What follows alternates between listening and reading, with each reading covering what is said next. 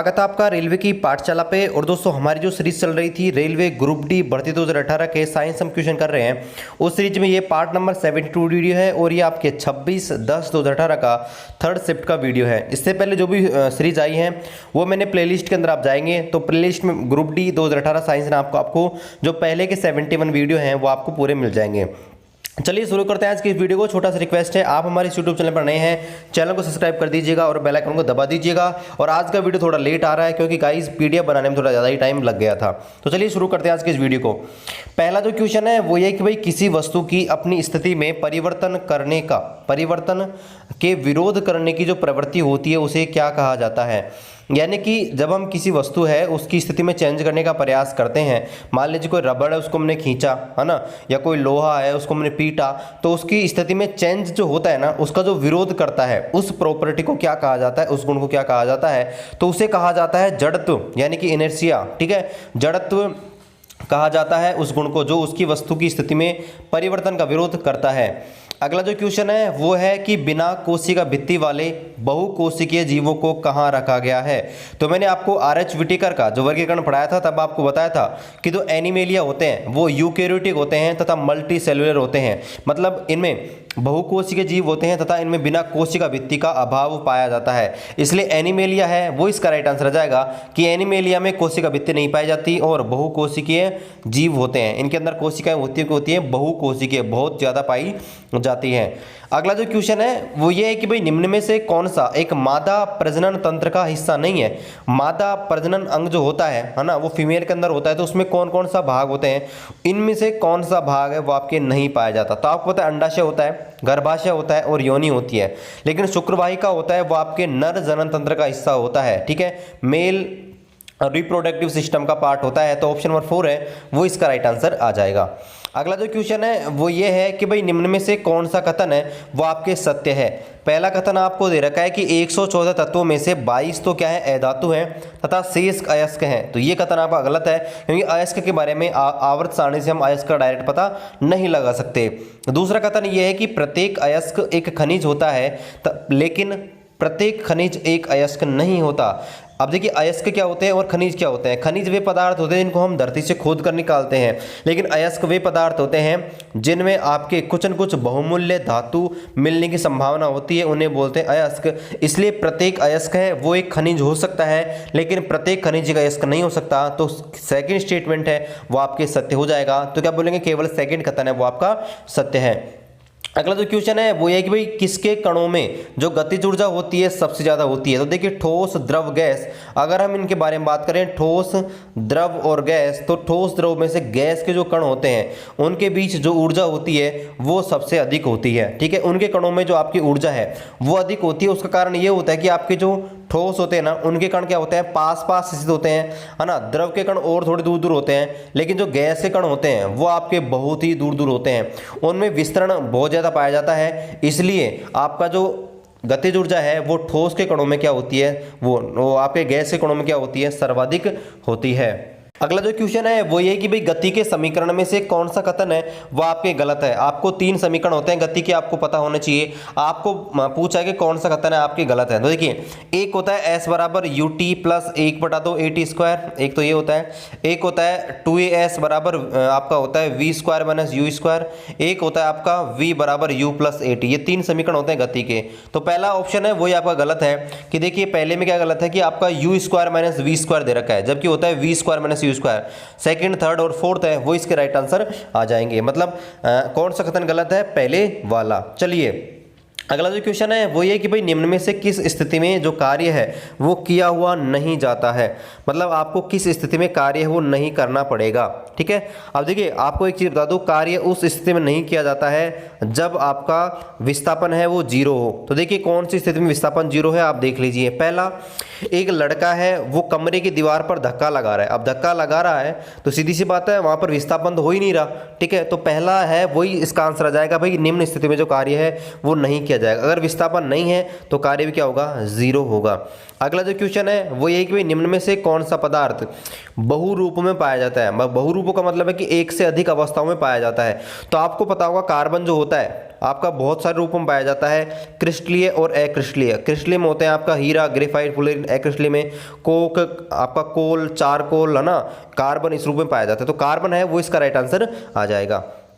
अगला जो क्वेश्चन है वो ये है कि भाई जो किडनी होती है उसकी संरचनात्मक इकाई क्या होती है? Structural unit. ठीक है, अब देखिए आपको पता होना चाहिए हमारे शरीर की जो आपका क्रियात्मक और संरचनात्मक इकाई जो होती है वो होती है कोशिका, है ना। उसी प्रकार हमारे शरीर के बहुत सारे ऐसे भाग होते हैं जिनके अंदर भी उनकी जो संरचनात्मक इकाई है ना, वो आपके होती है। तो देखिए आपकी जो किडनी होती है उसकी होती है न्यूफ्रॉन, जो किडनी होती है वह नेफ्रॉन होती है, नेफ्रॉन इसको बोला जाता है, नेफ्रॉन। जबकि जो न्यूरॉन होती है, आपको पता होगा न्यूरॉन जो होती है, न्यूरॉन वो हमारे शरीर में जो हमारा जो शरीर होता है उसमें न्यूरॉन जो होती हैं वो क्या काम करती हैं?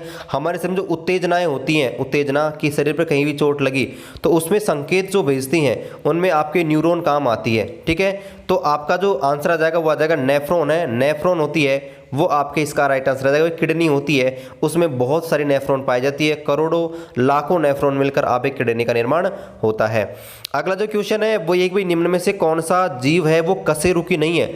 अब देखिए वर्टिब्रेट नहीं है, तो मैंने आपको बताया था जो आपका जो जीव होते हैं उनको दो भागों आपके आरएचबीटी करनी 5 भागों में बांटा था, और लास्ट में आपका जो एनिमेलिया था, एनिमल थे, उनको 2 भागों में बांटा था, कोर्डेटा और नॉन कोर्डेटा।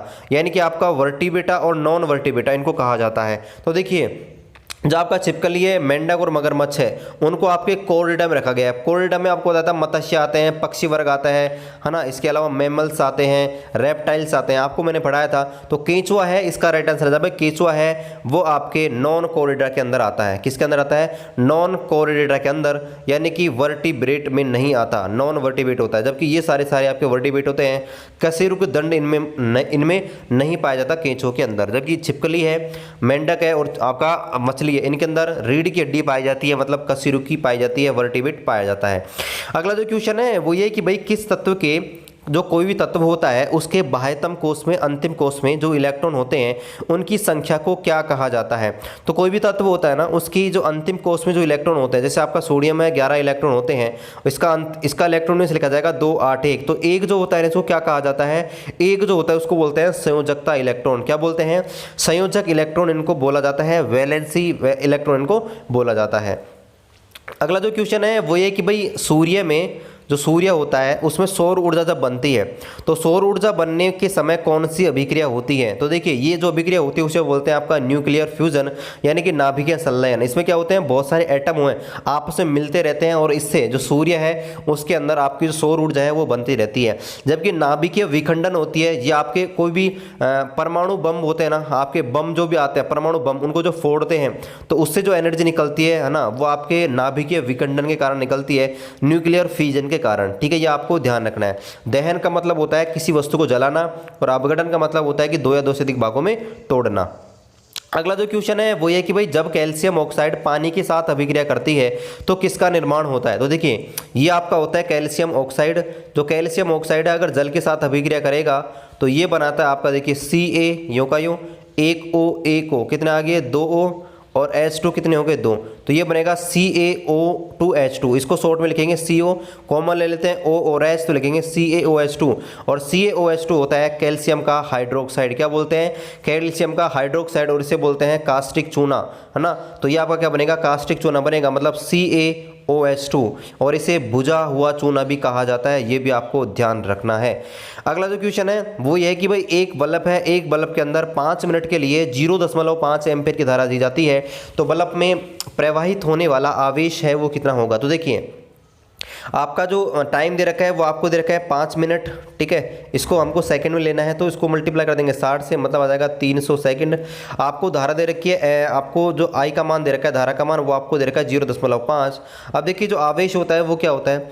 Q बराबर IT, और विद्युत धारा की परिभाषा होती है तो उससे निकालेंगे Q बराबर IT। तो देखिए I का मान होता है आपका 0.5 दे रखा है, और T का मान आपको दे रखा है 300। इसको मल्टीप्लाई करेंगे तो आंसर आ जाएगा 150 कूलाम। ठीक है, 150 कूलाम है वो इसका राइट आंसर आ जाएगा, क्योंकि आपसे पूछा आवेश का मान, तो 150 कूलाम है वो इसका राइट आंसर आ जाएगा।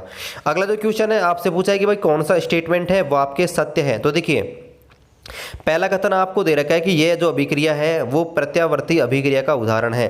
प्रत्यावर्ती अभिक्रिया क्या होती है? ऐसी अभिक्रिया जो दोनों दिशाओं में चलती है, ठीक है। तो देखिए यहाँ पर मैंने सिंबल थोड़ा गलत लगा दिया, यहाँ पर सिंबल ऐसे आएगा दोनों के बीच में, ये जो सिंबल है ना वो आपके इस प्रकार से यहाँ पर आएगा।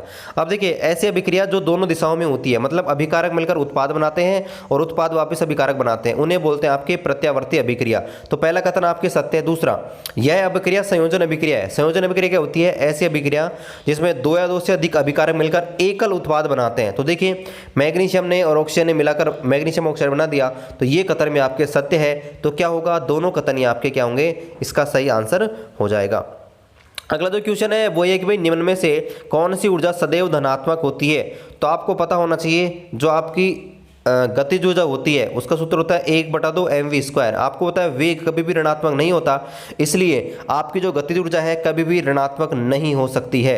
तो आपका ऑप्शन नंबर सेकंड है वो इसका राइट आंसर आ जाएगा कि जो गतिज ऊर्जा है उसका मान कभी भी नेगेटिव नहीं हो सकता है। अगला जो क्वेश्चन है वो ये है कि भाई 15 किलो द्रव्यमान का एक लड़का, मैं यहाँ पर थोड़ा स्पेस दे लेता हूँ, ठीक है। ओके, तो मैंने यहाँ पर स्पेस दे लिया है, यहाँ पर आसानी से हम क्वेश्चन को कर लेंगे। देखिए 15 किलो द्रव्यमान का एक पिंड है, वो 5 मीटर प्रति सेकंड के गति से गतिमान है, मतलब गति नहीं दे रखी, त्वरण दे रखा है, ये ध्यान रखना है। प्रश्न में बोल रहा है कि गति से गतिमान है, लेकिन ये क्या है? त्वरण दे रखा है कि इस त्वरण की गति से ये गतिमान है। इस पर लगने वाला बल क्या होगा? देखिए बल क्या होता है? F = ma। क्या होता है? बिल्कुल सीधा सा F = ma। m का मान आपको दे रखा है 15 किलो, a का मान आपको दे रखा है 5। बहुत ही सिंपल से क्वेश्चन है। 15 5 75, 75 आपका बल यानी कि न्यूटन है वो कार्य करेगा, 75 न्यूटन बल इसके ऊपर कार्य करेगा। बहुत ही सिंपल सा क्वेश्चन है। अगला जो क्वेश्चन है वो है कि भाई इलेक्ट्रॉनिक जो आपका विन्यास होता है उसके बारे में कौन सा कथन है वो आपका सत्य है। इलेक्ट्रॉनिक विन्यास क्या होता है?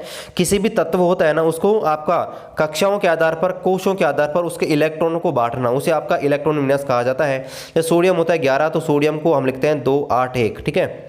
तो देखिए आपका पहला कथन दे रखा है कि यह किसी परमाणु के कोष में इलेक्ट्रॉन की व्यवस्था होती है, बिल्कुल सही है। दूसरा है यह उपकोष में इलेक्ट्रॉन की व्यवस्था होती है, ये भी सही है। और तीसरा यह आपके परमाणु की कक्षा में इलेक्ट्रॉन की व्यवस्था होती है, ये भी सही है। मतलब तीनों कथन है ना वो आपके इलेक्ट्रॉनिक विन्यास के बारे में सत्य है। तो क्या कहेंगे? तीनों कथन A B व C तीनों ही आपके। अगला जो क्वेश्चन है उसमें आपसे पूछा है कि भाई ऑक्सीजन जो होता है, ऑक्सीजन के संबंध में हैलोजन समूह की अधिकतम संयोजकता कितनी होती है? यानी कि आपका जब ऑक्सीजन है वो किसी हैलोजन समूह से जुड़ता है तो अधिकतम कितने ऑक्सीजन उससे जुड़ेंगे? जैसे आपको पता है मैग्नीशियम होता है, मैग्नीशियम जुड़ता है तो मैग्नीशियम का एक मैग्नीशियम के साथ एक ऑक्सीजन जुड़ता है। तो आपके हैलोजन जो होते हैं, अब देखिए हैलोजन क्या होते हैं? वर्ग 17 के तत्व होते हैं, उन्हें हैलोजन बोलते हैं। FCl-Bri यानी कि फ्लोरीन, क्लोरीन, ब्रोमीन, आयोडीन, ठीक है। ये आपके वर्ग 17 के तत्व होते हैं। अब इसमें आपको ध्यान रखना है कि आपका एक होता है Cl2O7, क्लोरीन का ऑक्साइड होता है जो ऐसे बनता है। इसमें आपके सबसे अधिक आपके जो ऑक्सीजन है वो जुड़ी होती है। देखिए सबसे ज़्यादा 7 ऑक्सीजन इसमें जुड़ी होती है। तो यही आपसे पूछा है कि सबसे अधिक ऑक्सीजन है वो कितनी जुड़ी होती है हैलोजन में? तो 7। ऑप्शन नंबर फर्स्ट है वो इसका राइट आंसर आ जाएगा। अगला बिल्कुल सिंपल सा क्वेश्चन है, विभवांतर होती है उसकी इकाई क्या होती है? देखिए एम्पियर होती है, ये आपकी होती है विद्युत धारा की, इलेक्ट्रिसिटी की। कूलाम जो होता है वो आपकी होती है आवेश की, आवेश जो होता है चार्ज उसकी। वोल्ट होता है उसकी आवृत्ति, वोल्ट होता है वो आपकी होती है विभवांतर या विभव की, पोटेंशियल डिफरेंस की। और जो ओम होती है वो आपकी प्रतिरोध की यानी कि रेजिस्टेंस की आपके जो इकाई होती है वो होती है, ठीक है। अगला जो क्वेश्चन है वो है कि मेंडलीफ की आवर्त सारणी में तत्वों को किस क्रम में व्यवस्थित किया गया था? तो देखिए मेंडलीफ ने जो अपनी आवर्त सारणी दी थी वो परमाणु भार के आधार पर दी थी और परमाणु भार के बढ़ते हुए क्रम में दी थी, आपको ध्यान रखना है। और ये आपकी मेंडलीफ की आवर्त सारणी 1869 में प्रकाशित हुई थी, ये भी आपको ध्यान रखना है। तो इसका राइट आंसर आ जाएगा परमाणु भार के बढ़ते हुए क्रम में, यानी कि परमाणु द्रव्यमान के बढ़ते क्रम में, ऑप्शन नंबर फर्स्ट। लेकिन ऐसे पूछ ले कि भाई मॉडर्न पीरियड टेबल है वो किसके आधार पर दी गई है? तो मॉडर्न पीरियड टेबल परमाणु संख्या के बढ़ते क्रम में दी गई है, ये आपको ध्यान रखना है। मॉडर्न पीरियड टेबल 1913 में हेनरी मोजले के द्वारा दी गई थी। अगला जो क्वेश्चन है वो ये है कि भाई निम्न में से कौन सा कथन है वो 25 डिग्री सेल्सियस पर आपके 25 डिग्री सेल्सियस पर ध्वनि की गति के बारे में सत्य है? तो देखिए ध्वनि की जो गति होती है ना वो आपके अलग अलग माध्यमों में अलग अलग होती है। तो मैं आपको एक बार दिखा देता हूँ सारे माध्यमों में कितनी कितनी होती है।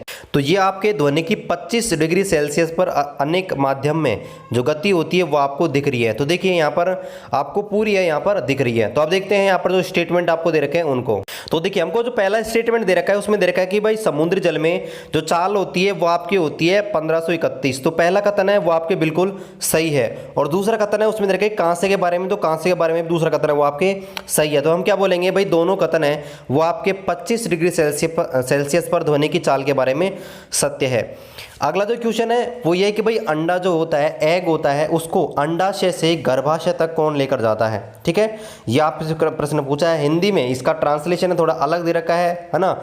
तो इसका जो राइट आंसर जाएगा वो आपको पता होना चाहिए। फैलोपियन ट्यूब होती है वो आपके जो अंडाशय होती है, अंडाशय वहाँ से आपके गर्भाशय तक अंडे को लेकर जाता है। इसको अंड वाहिनी भी बोला जाता है, बीज वाहिनी भी बोला जाता है, ये आपको ध्यान रखना है। अगला जो क्वेश्चन है वो है कि निम्न में से किस वस्तु का जड़त्व है उसको मापने की प्रवृत्ति है उसको क्या कहा जाता है। जड़त्व के मापने की इकाई होती है उसको क्या कहा जाता है। अब देखिए जड़त्व क्या होता है, किसी वस्तु का वह गुण जो उसके स्थिति में परिवर्तन का विरोध करता है, तो उसे हमेशा मापते हैं द्रव्यमान के आधार पर। किसके आधार पर? द्रव्यमान में उसको मापा जाता है, द्रव्यमान के आधार पर। ठीक है, अगर यहाँ पर भार होता तो भार इसका राइट आंसर हो जाता, क्योंकि जो आपका जड़त्व है वो कई बार ग्रेविटी के ऊपर भी डिपेंड करता है। जो ग्रेविटी होती है उसके ऊपर निर्भर करता है, क्योंकि ग्रेविटी जब लगती है तो उसकी जो स्थिति है उसमें चेंज होने में हमको अधिक बल है वो लगाना पड़ता है। तो फिलहाल यहाँ पर ऑप्शन में द्रव्यमान है, तो द्रव्यमान इसका राइट आंसर आ जाएगा। आज का अगला क्वेश्चन है कि एक ध्वनि तरंग है वो आपके 339 मीटर प्रति सेकंड के वेग से चल रही है। यह आपको दे रखा है v बराबर 339 मीटर प्रति सेकंड। और यदि इसकी तरंग दैर्घ्य है लैम्डा का मान आपको दे रखा है जो कि है 1.5 सेंटीमीटर। तो आपसे पूछा है तरंग की जो आवृत्ति है वो कितनी होगी, है ना। जो आपकी आवृत्ति होती है वो आपके म्यू आपसे पूछिए। ठीक है, यह आपसे पूछा कि इसकी जो आवृत्ति है वो यहाँ पर कितनी होगी। तो देखिए जो आवृत्ति होती है ना, तो एक सूत्र है आपको ध्यान रखना, जो v होता है v बराबर होता है लैम्डा न्यू। क्या होता है? v बराबर लैम्डा न्यू होता है। अब इसका मान आपसे पूछा है आवृत्ति का मान, तो आवृत्ति हो जाएगी म्यू, आपके जो आवृत्ति हो जाएगी ना आवृत्ति, ठीक है, वो आपकी हो जाएगी आवृत्ति न्यू बराबर, है ना, जो आवृत्ति है वो आपका आवृत्ति का मान हो जाएगा न्यू बराबर आपकी जो स्पीड है वो। ठीक है, स्पीड का मान कितना है आपका v अपॉन लैम्डा, ये हो जाएगा v अपॉन लैम्डा। देखिए v अपॉन लैम्डा हो जाएगा, तो यहाँ पर देखिए v का मान आपको देगा 339 बटे लैम्डा का मान आपको दे रखा है। देखिए 1.5 सेंटीमीटर है, इसको मीटर में बदलेंगे तो 100 का भाग लगाएंगे, तो इसको हल करेंगे, ये आ जाएगा 33,900 बटे 1.5। तो 33,900 1 बटे 5 को हल करेंगे तो 22,600 हर्ट्ज है, वो इसका राइट आंसर आ जाएगा 22,600 हर्ट्ज। तो गाइज आज के वीडियो में इतना ही। चैनल पर नए हैं सब्सक्राइब कर दीजिएगा, और टेलीग्राम पर नहीं जुड़े हैं तो टेलीग्राम पे जाइएगा, सर्च कीजिए रेलवे की पाठशाला, या वीडियो के डिस्क्रिप्शन पे आप वहाँ से जुड़ सकते हैं। सब्सक्राइब कर दीजिएगा चैनल को, और वीडियो पसंद आए तो वीडियो को लाइक कर दीजिएगा और अपने दोस्तों के साथ शेयर कर दीजिएगा। चलिए मिलते हैं आपसे अगले वीडियो में, तब तक जय हिंद जय भारत।